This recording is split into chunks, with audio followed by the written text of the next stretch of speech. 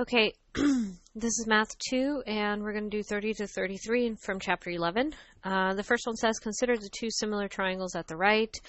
What's the linear scale factor between the two? What's the surface area of each solid? The ratio of the surface area? And then the volume of each solid. How are the volumes related? So, I'm going to do a little bit of a table to keep track of all of this information. So what we know so far is that we need the linear scale factor. Scale factor. Okay, we need the surface area. We need the surface area ratios. We need the volume of each, and then I'm pretty sure we're going to have to find the volume ratios also, because I think they say how the volume is related. So that's pretty much asking what's the ratio between the two. So the linear scale factor is the first thing that we need to talk about. So that's just basically asking the sides. So if you actually did the net activity in class, this should kind of make perfect sense. So in class, we asked you to take the image and then blow it up by a scale factor of 2, both scale factor 3, 4, 5, 6. And basically what you hopefully figured out was you were supposed to take the sides and blow them up by a scale factor of 2. So that means you double the sides or the edges. So here we have 2 here, and we have 4 as the edge here. So, and then to check, we have 3 as the edge here, and here we have 1, 2, 3, 4, 5, 6 as the edge. So right away, I'm pretty sure that 2 times 2 is 4, 3 times 2 is 6, so that means my linear scale factor is a 1 to 2 ratio. The small one and the large one.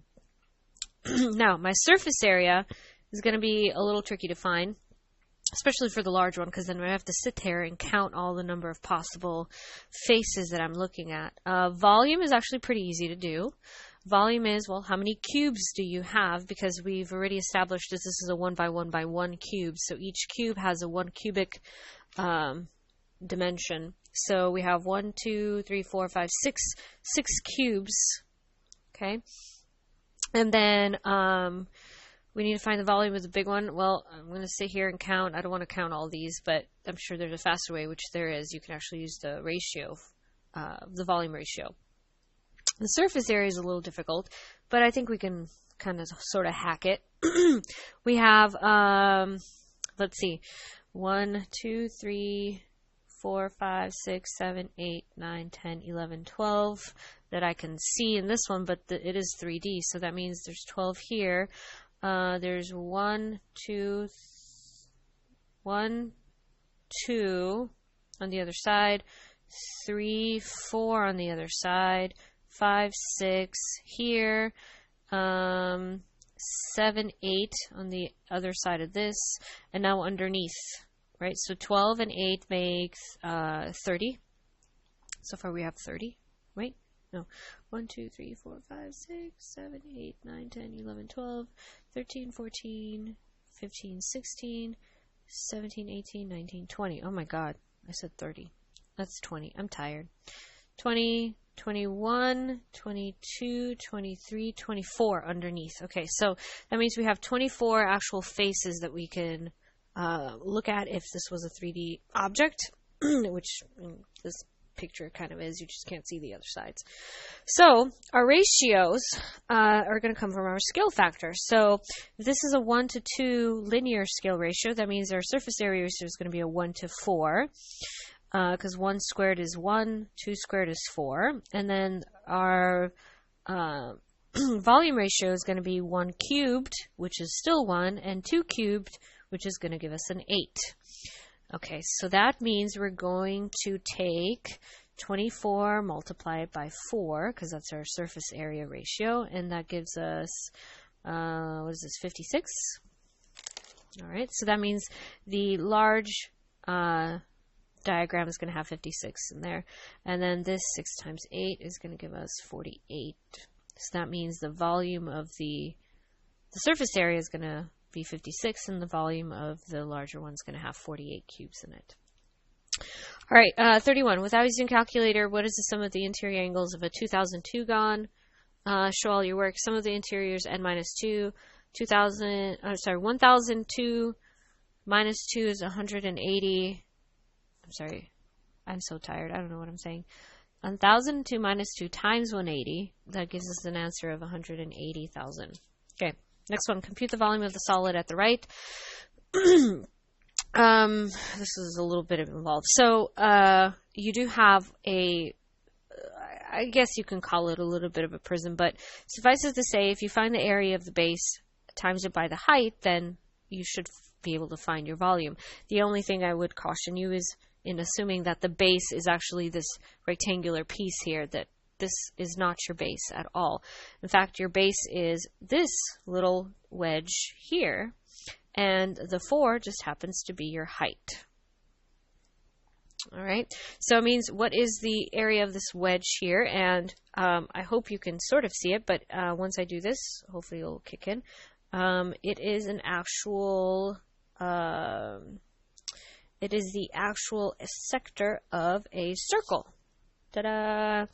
So it has a radius of 2. This is a 45-degree angle in here, which means this in here will also be a 45-degree angle. 45 degrees.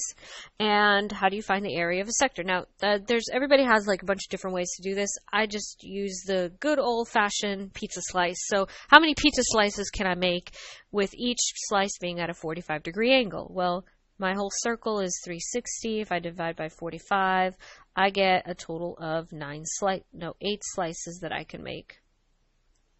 All right, so that means I can split this circle into nice 8 even slices, each angle being at 45 degrees. Well, the area of the sector is a portion of the area of the whole circle. So area of the whole circle is going to be my pi r squared. That means 2 squared pi, which gives me a 4 pi. 2 is my radius. Well, if I have 4 pi for the entire radius, the entire area of the circle, and each slice, I can make 8 slices in there, then if I divide the area by 8, I should be able to get the area of just one sector. So 4 pi divided by 8 gives you 1 pi over 2, which gives you whatever half pi is. Pi divided by 2 is somewhere around 1.57, roughly. I'm going to say 1.57. Okay, that is the area of the sector.